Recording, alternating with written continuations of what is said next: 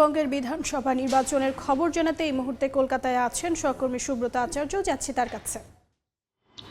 দেখুন, গতকাল অর্থাৎ মঙ্গলবার বিকেল 5টা থেকেই সাইলেন্স পিরিয়ড শুরু হয়ে গিয়েছে। এই পিরিয়ডের পর আর কিন্তু কোনো রাজনৈতিক প্রচারণা, জমায়েত কিংবা সংঘবদ্ধভাবে রাজনৈতিক দলের কোনো নেতাকর্মী বা সমর্থককে কিন্তু দেখা যাচ্ছে না। অর্থাৎ তারা কিন্তু চলে গিয়েছেন যার যার অফিসে, দপ্তরে বা বাসায়।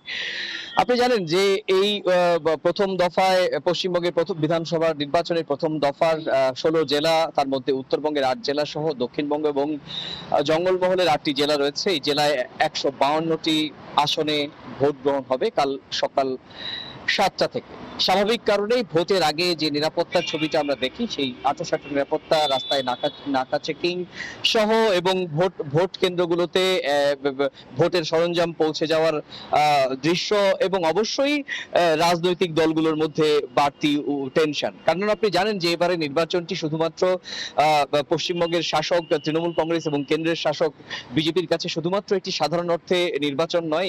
এই নির্বাচনটি হচ্ছে ক্ষমতা দখলের নির্বাচন এবং নৈতিক, এবং অবশ্যই পূর্ব ভারতে বিজেপি যাতে প্রভাব আরো বিস্তার করতে পারে এবং সর্বভারতীয় স্তরে মমতা বন্দ্যোপাধ্যায় যে তার যে নেতৃত্ব স্থানীয় যে তার অবস্থান, সেটি যাতে তৃণমূল কংগ্রেস ধরে রাখতে পারে পশ্চিমবঙ্গ ক্ষমতার মধ্য দিয়ে। এর বাইরেও রয়েছে ধর্মীয় মেরুকরণে পশ্চিমবঙ্গের মানুষ কতটা সমর্থন দিচ্ছে বা কতটা প্রত্যাখ্যান করছে। এই সমস্ত বিষয়গুলো এবারের নির্বাচনে অত্যন্ত গুরুত্বপূর্ণ এবং এবারের নির্বাচনে ক্ষমতার মৎসদে কে যাবে, এই প্রথম দফার 152টি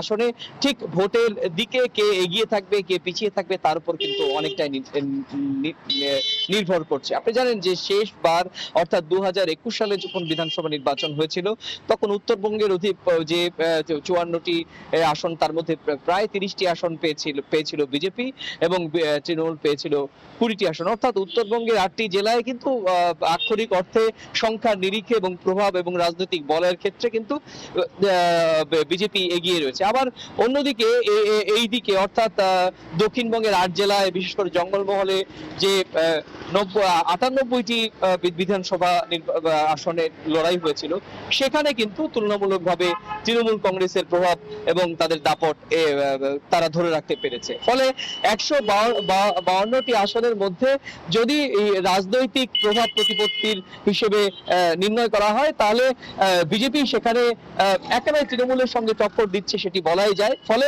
এইবারের প্রথম দফায় যে রাত পোহালে কালকে ভোট, যে ভোটে প্রায় 3,60,00,000 মানুষ ভোটার, তারা এবার তাদের মতামত দেবেন এবং অবশ্যই এই 152টি বিধানসভা আসনে 1476 জন প্রার্থী, রাজনৈতিক দলের প্রার্থী, তারা প্রতিদ্বন্দ্বিতা করছেন। এক্ষেত্রে বলা যায় যে প্রত্যেকটি রাজনৈতিক দল, তৃণমূল, বিজেপি, বাম, কংগ্রেস, তারা 152টি আসনে একজন করে প্রার্থী দিয়েছে।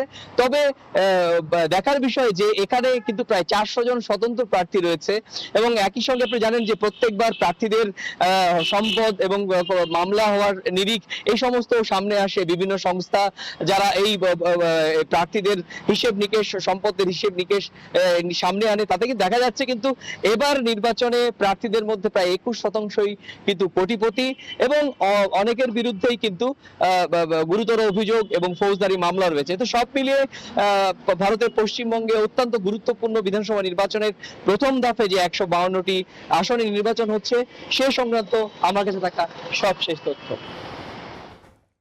যুক্ত ছিলাম কলকাতায়।